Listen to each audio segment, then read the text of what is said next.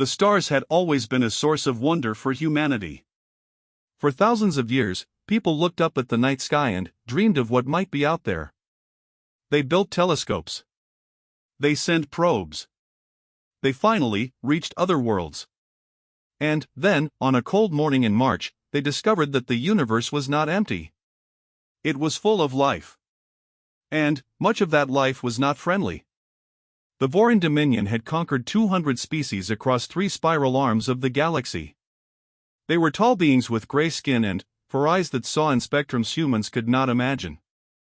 Their empire stretched across 10,000 worlds. Their fleets numbered in the hundreds of thousands. They had never lost a war because they had never fought an enemy capable of defeating them. When their scouts found Earth, they saw a small blue planet with primitive technology. The humans had only colonized a handful of worlds. Their fleet consisted of less than 100 warships. The Vorins sent a message to their high command. Another species to add to the collection.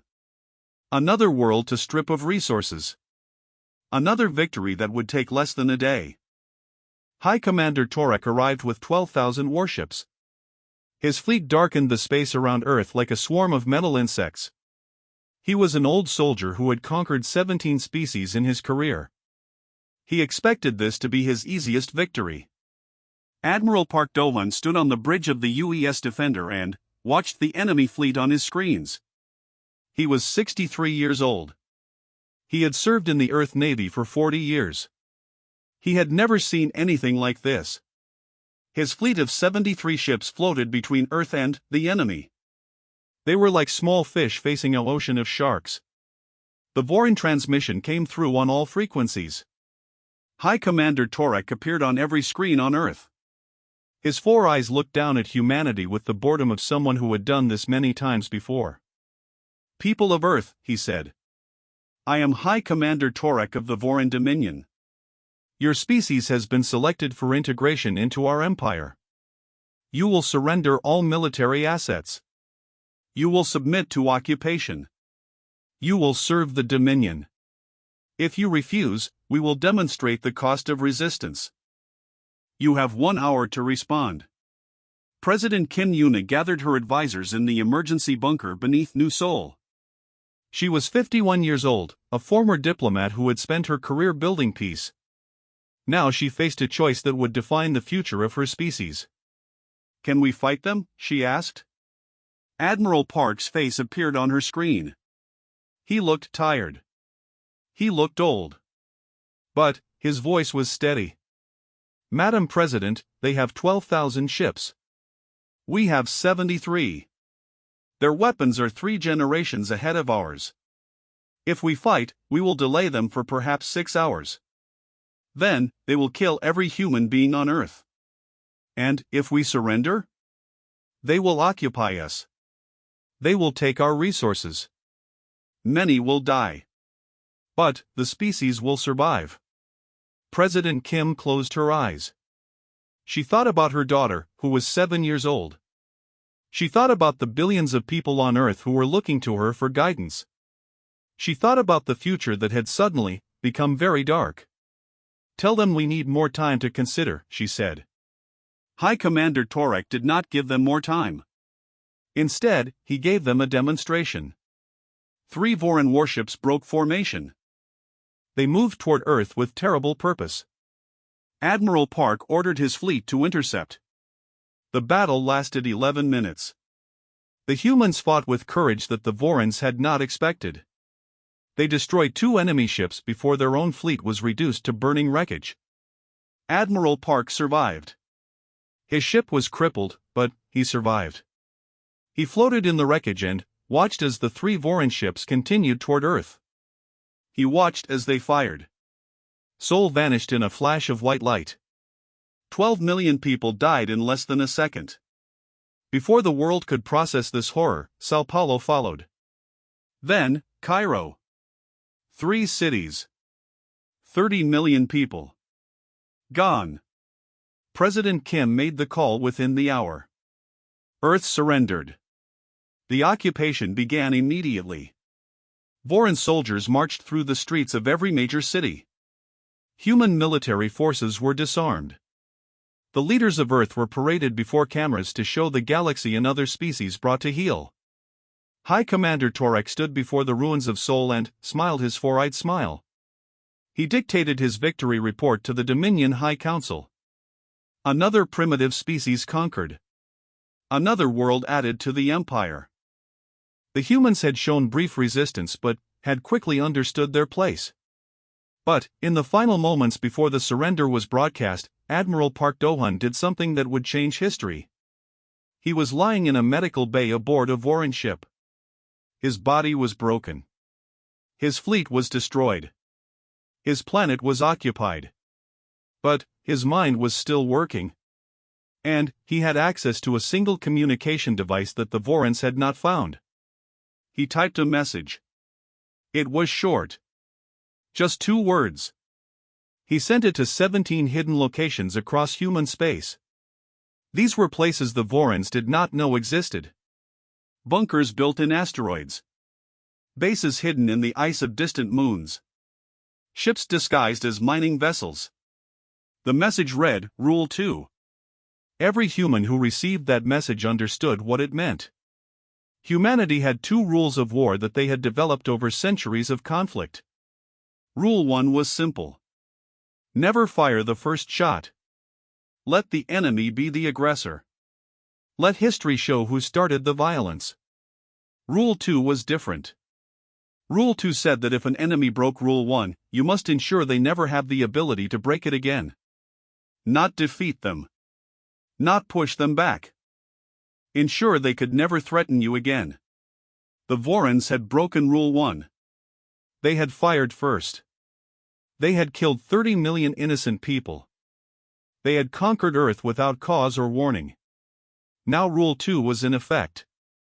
Admiral Park Do-hun died 3 days later in a Voran prison hospital. The official cause was listed as injuries from the battle. The Vorans did not give him a funeral. They did not mark his passing. He was just another defeated enemy commander. They did not understand that he had just fired the first shot of a war they did not know was coming. They did not understand that his death was not an ending. It was a beginning. Across human space, in 17 hidden locations, soldiers and scientists and engineers received his message. They did not cry. They did not panic. They began to work. The galaxy watched the fall of Earth and saw another species broken. They saw humans kneel before their conquerors. They saw compliance and defeat. They did not see the truth. They did not see that humanity had not surrendered. They had simply stopped fighting where the enemy could see them. The real war was just beginning. And it would take the Vorans 18 years to realize they had already lost. 10 years passed under Voran occupation. The galaxy forgot about Earth. It was just another conquered world among thousands. The Vorans extracted minerals, used human labor, and filed reports about their compliant new subjects. Everything seemed normal. Everything seemed finished. Lieutenant Kong Soho woke up every morning at 5 o'clock. He put on his gray uniform. He ate the simple food provided by the occupation authorities. He walked to Orbital Station 7, where he worked as a maintenance technician. He smiled at his Voran supervisors. He fixed broken systems. He cleaned equipment. He was a perfect worker. The Vorans liked him. He was quiet. He was efficient. He never complained. His supervisor, a middle-ranked Voran officer named Boric, often said that all humans should be like Kong Suho. Obedient. Useful. Broken. But, every night, when the lights went down and the station grew quiet, Soho did different work. He copied cargo manifests. He recorded patrol schedules. He memorized encryption codes.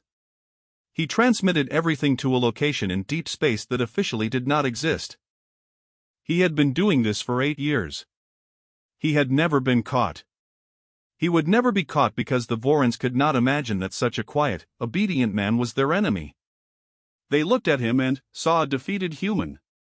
They did not see the soldier beneath the mask. Soho was not alone. There were thousands like him across human space. Workers and servants and technicians who smiled at their masters during the day and worked against them at night. They called themselves the Silent Army. They were everywhere. They were invisible. And they were very, very patient. On the colony world of New Busan, Dr. Lee Hanna ran a medical clinic in the refugee district. She treated sick humans and wounded Vorans with equal care. The occupation authorities considered her a model citizen. She received awards for her cooperation. She was invited to official functions where she shook hands with Voran commanders. What they did not know was that her clinic sat above 3 underground levels that did not appear on any map. In those hidden rooms, human scientists worked day and night. They studied captured Voran technology. They reverse-engineered weapons and shields and communication systems. They improved upon them. They made them better. Hannah had not taken a day off in 7 years.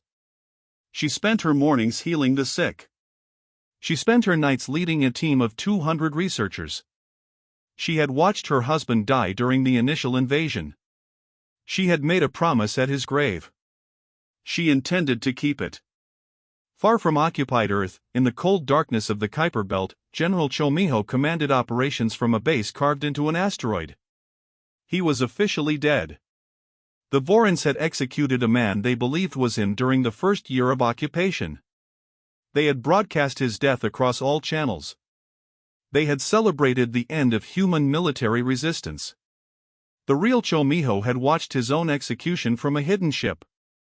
He had felt nothing except determination. His death was useful. A dead man cannot be hunted. A dead man can work in peace. His base housed 30,000 soldiers. They trained every day in conditions that would break most beings. They ran simulations of battles they would fight years in the future.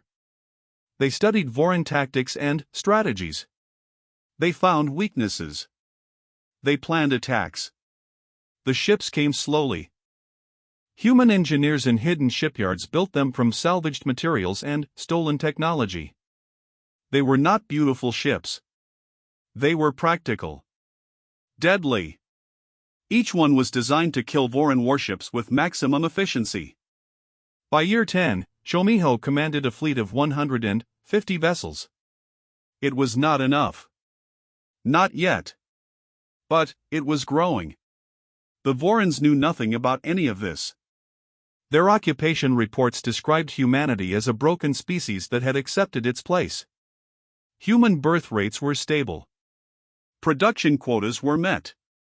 Resistance incidents were rare and quickly crushed.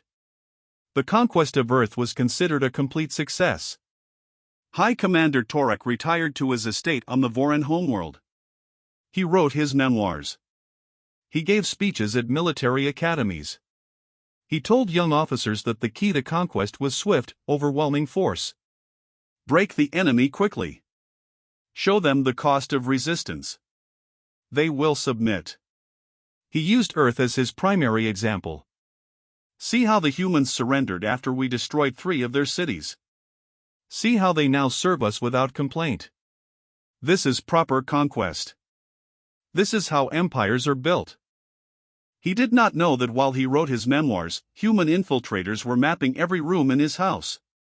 He did not know that his personal chef was teaching recipes to a young human cook who would one day serve in the noble houses. He did not know that his gardener recorded every conversation he had with visiting officers. In the occupation schools, Voran teachers taught human children about their place in the galaxy. They learned that the Dominion was eternal. They learned that resistance was foolish. They learned to be grateful for the mercy of their conquerors. The children nodded and repeated the lessons. Then, they went home to parents who told them different stories.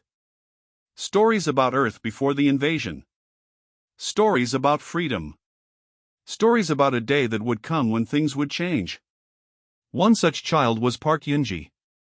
She was the daughter of Admiral Park Do-hun, who had died in Voran custody 10 years ago. She was 16 years old. She worked in a factory during the day. At night, she studied military tactics using materials smuggled from off-world.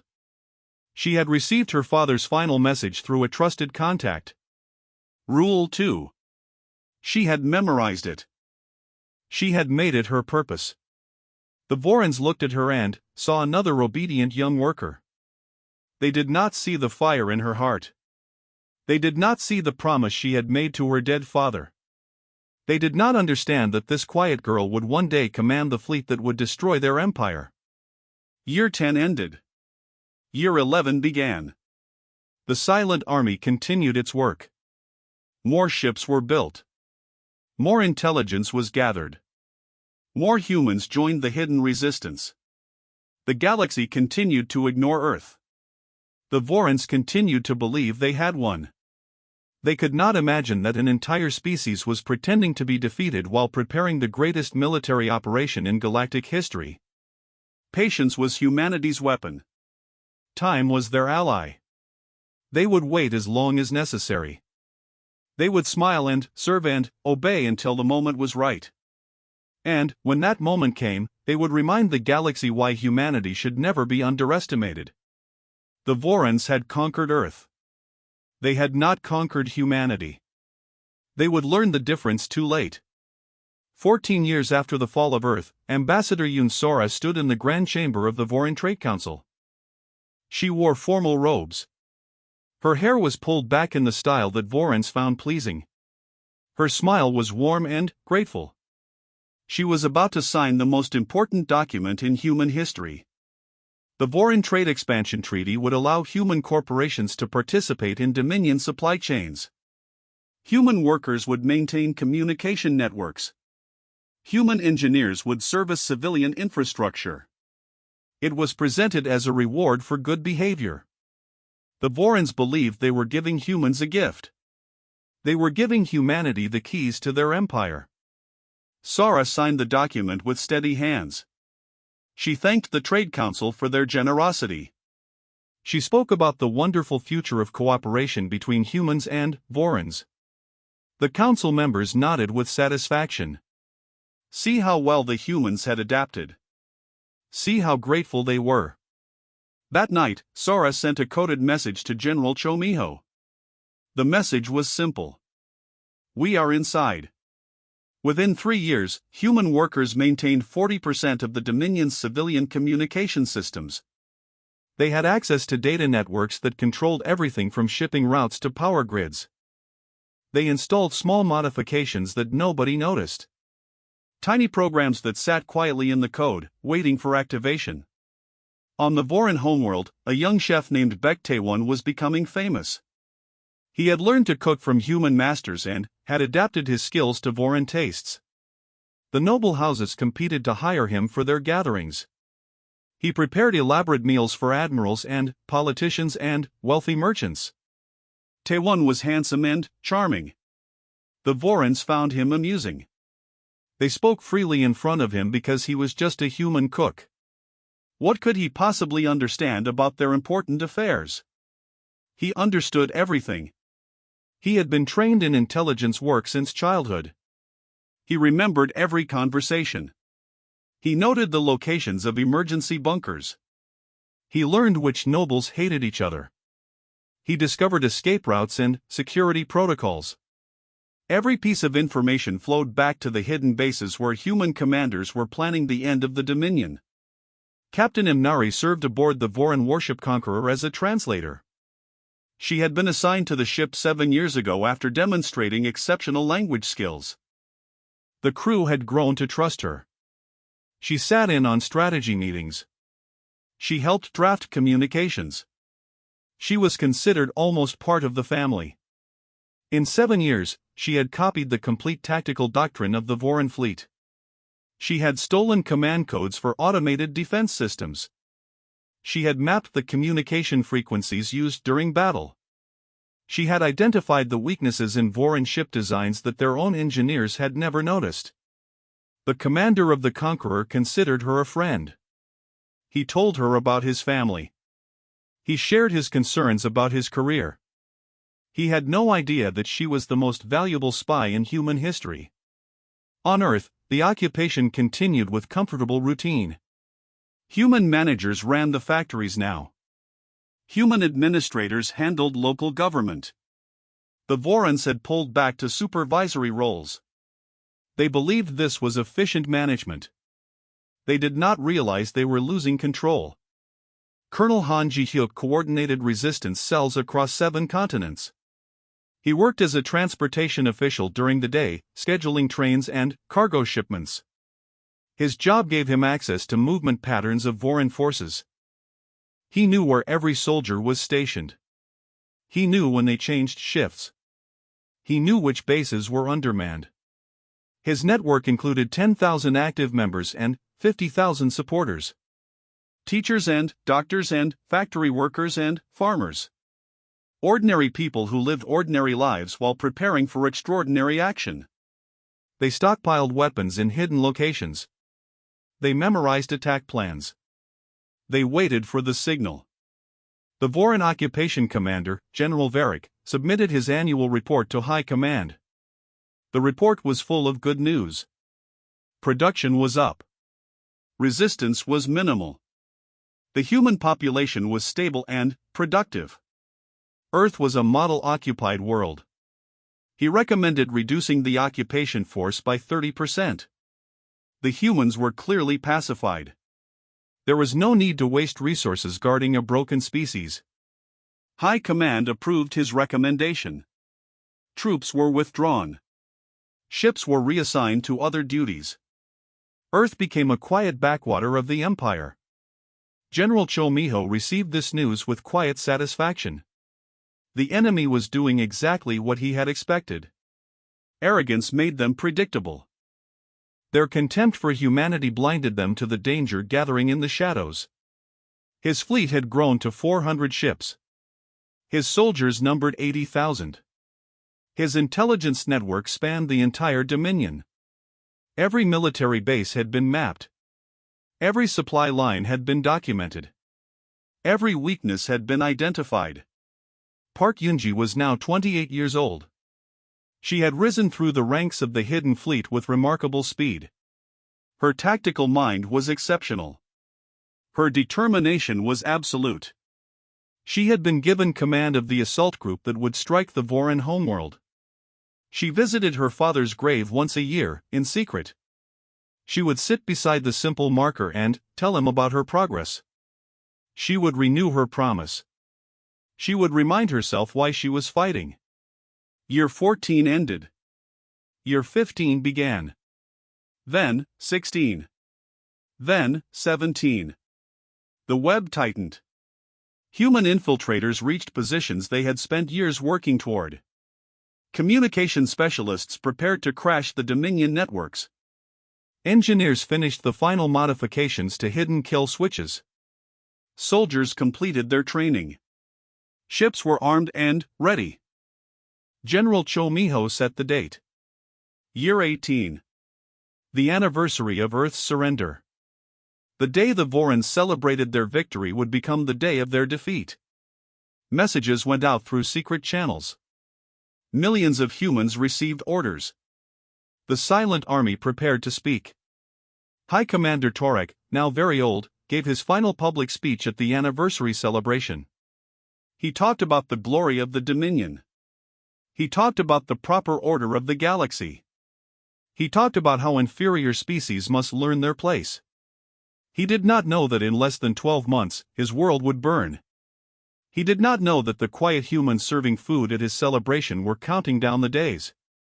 He did not know that his empire was already dead. The Vorans had built their victory on arrogance. They had assumed that a defeated enemy was a safe enemy. They had not considered that humanity was different. They had not understood that 18 years of patience was not weakness. It was preparation. The web was complete. The trap was set. All that remained was to close it. Year 18. The anniversary of Earth's surrender. Across the Dominion, Vorans prepared to celebrate another year of peace and prosperity. Parades were planned. Speeches were written. The conquest of humanity would be remembered as one of the Empire's greatest achievements. At precisely 4 o'clock in the morning, Galactic Standard Time, the lights went out. It started with the communication networks. Across 3 spiral arms of the galaxy, Voran channels went silent. Emergency systems tried to activate backup protocols. The backups failed. Human technicians had modified them years ago. The modifications worked perfectly. Admiral Vorek of the Third Fleet was in his quarters when his command screen went dark. He tried to contact his ships. Nothing. He tried to reach High Command. Nothing. He ran to the bridge of his flagship and found chaos. His officers were shouting. His systems were dead. His fleet was blind. He did not know it yet, but 72 other fleet commanders were experiencing the same thing at the same moment. On the Voran homeworld, General Varric received confused reports from across the Empire. Communication systems were failing everywhere. This could not be a coincidence. This was an attack. But, from whom? The Dominion had no enemies capable of this kind of operation. Then, the defense platforms went offline. 73 military installations across the Dominion had automated defense systems. These systems were maintained by human workers who had proven reliable and efficient. The systems had hidden kill switches installed years ago. At 4:15 in the morning, every switch activated. General Chomiho watched from his command center as the lights on his tactical display changed from red to green. 18 years of preparation. Millions of people working in secret. Everything had led to this moment. He gave the order. From hidden shipyards across human space, the Ghost Fleet emerged. 400 warships that officially did not exist. They had been built in asteroids and hidden moons.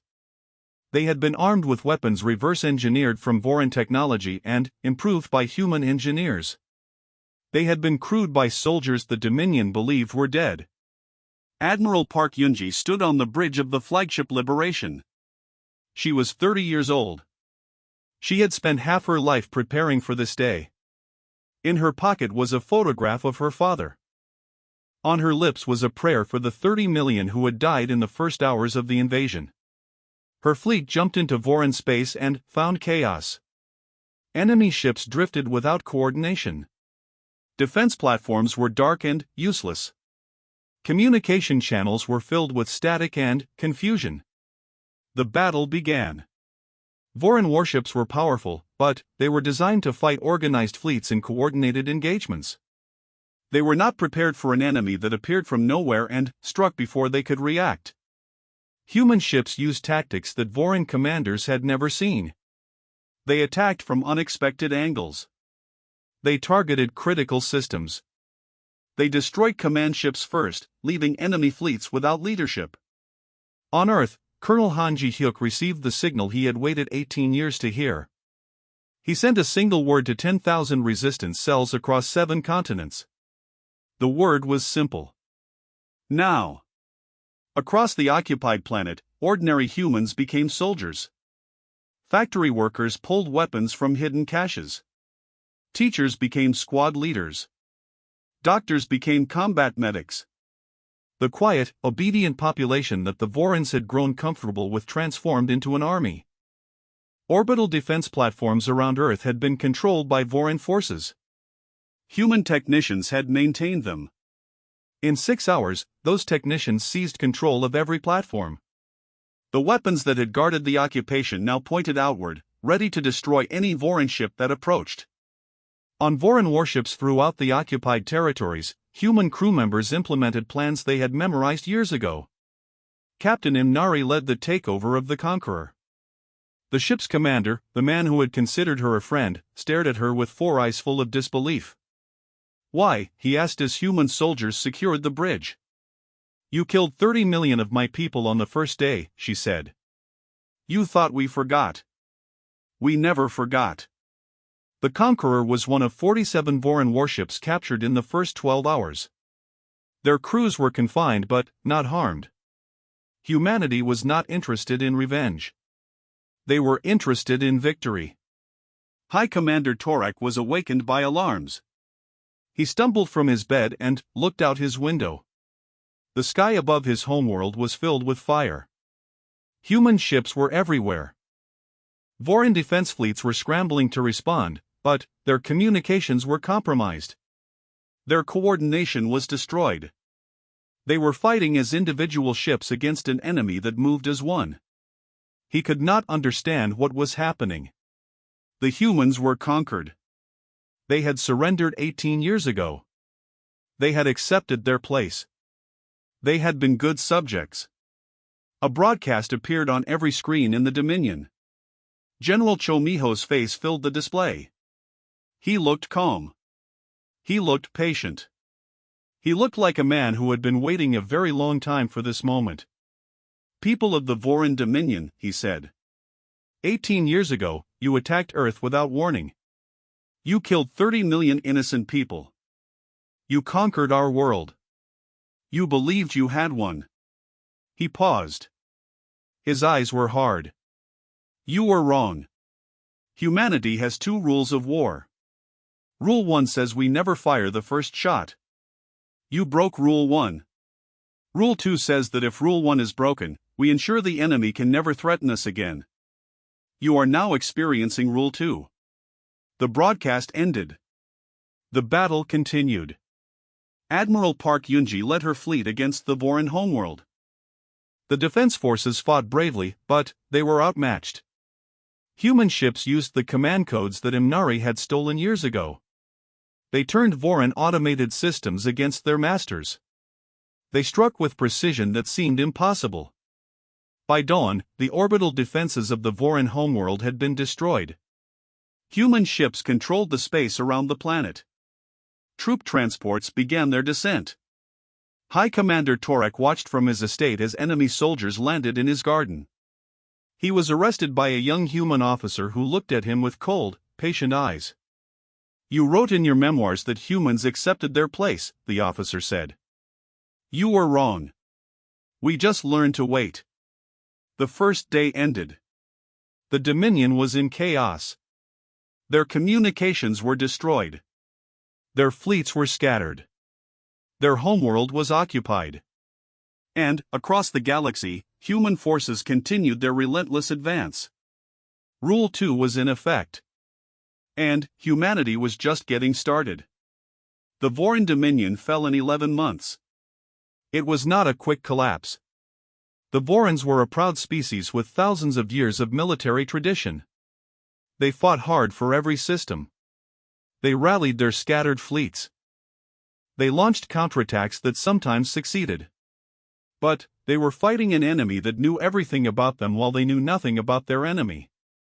Human forces did not fight for glory or revenge. They fought with cold, calculated efficiency.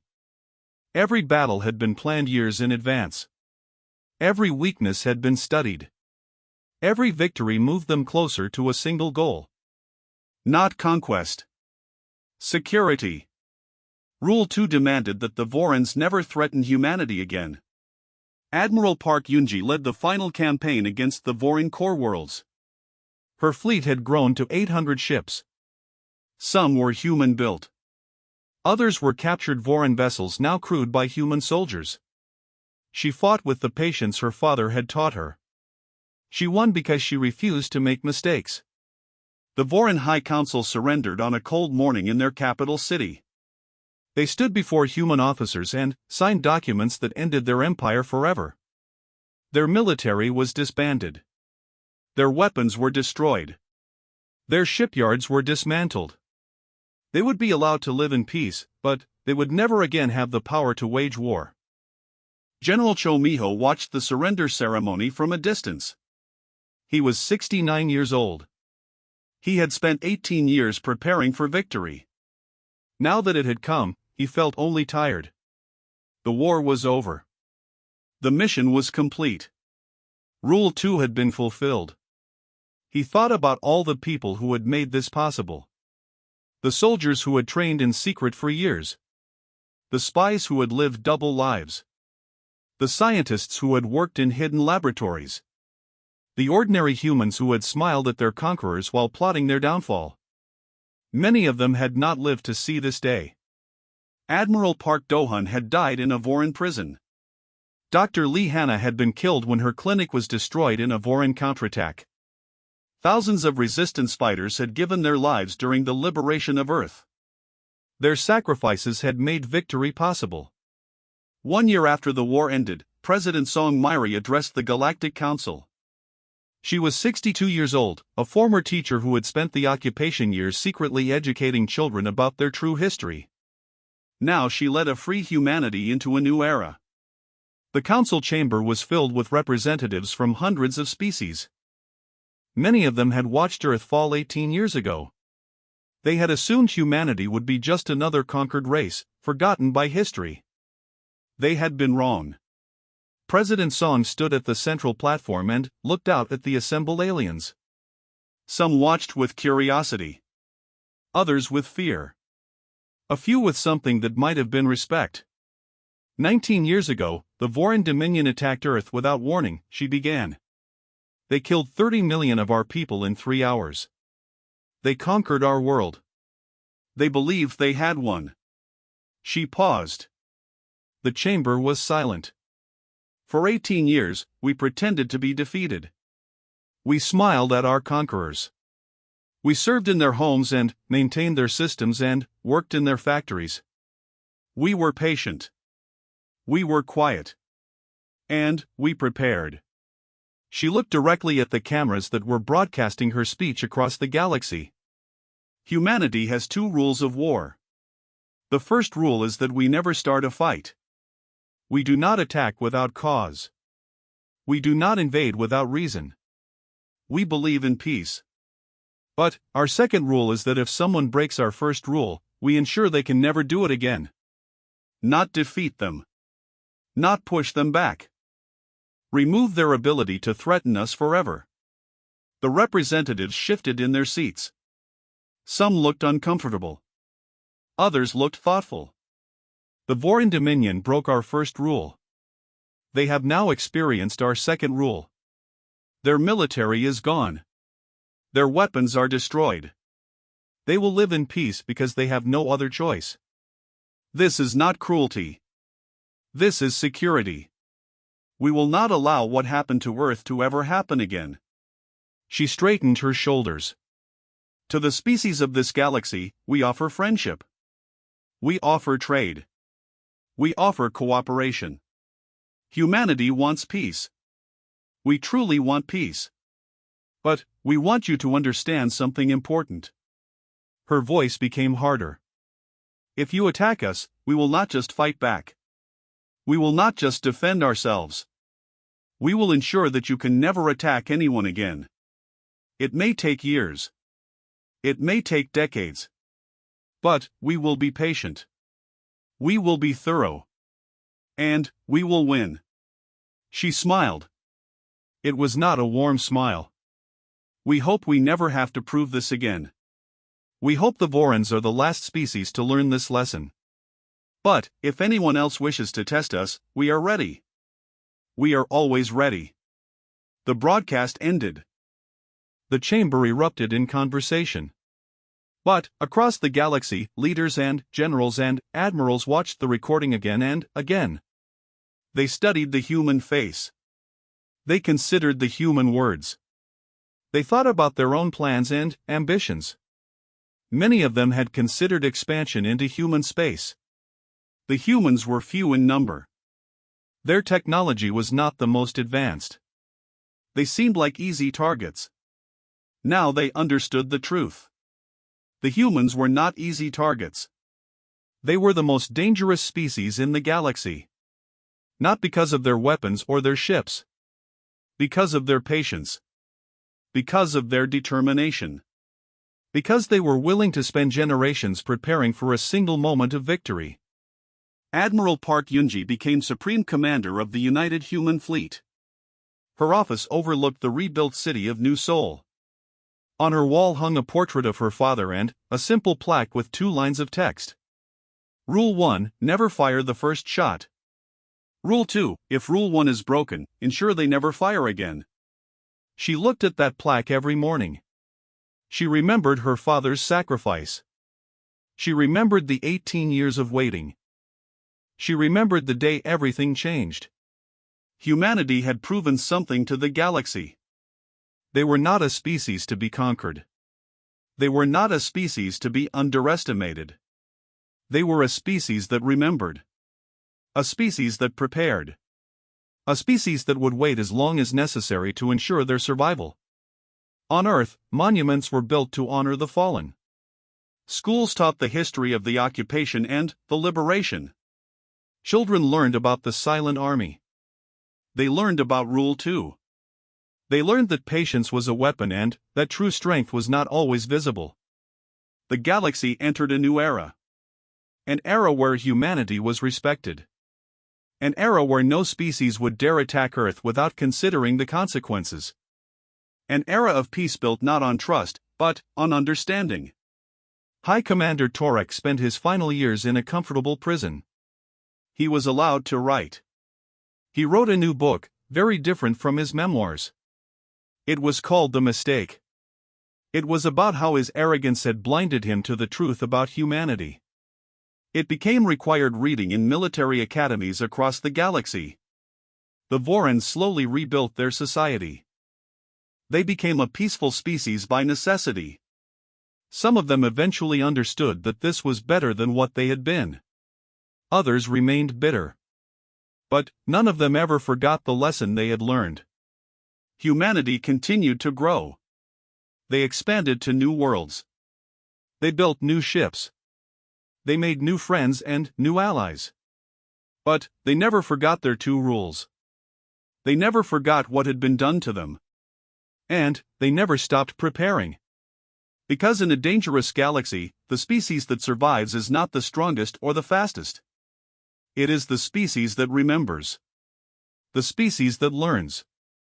The species that turns its pain into patience and its patience into power. Humanity remembered.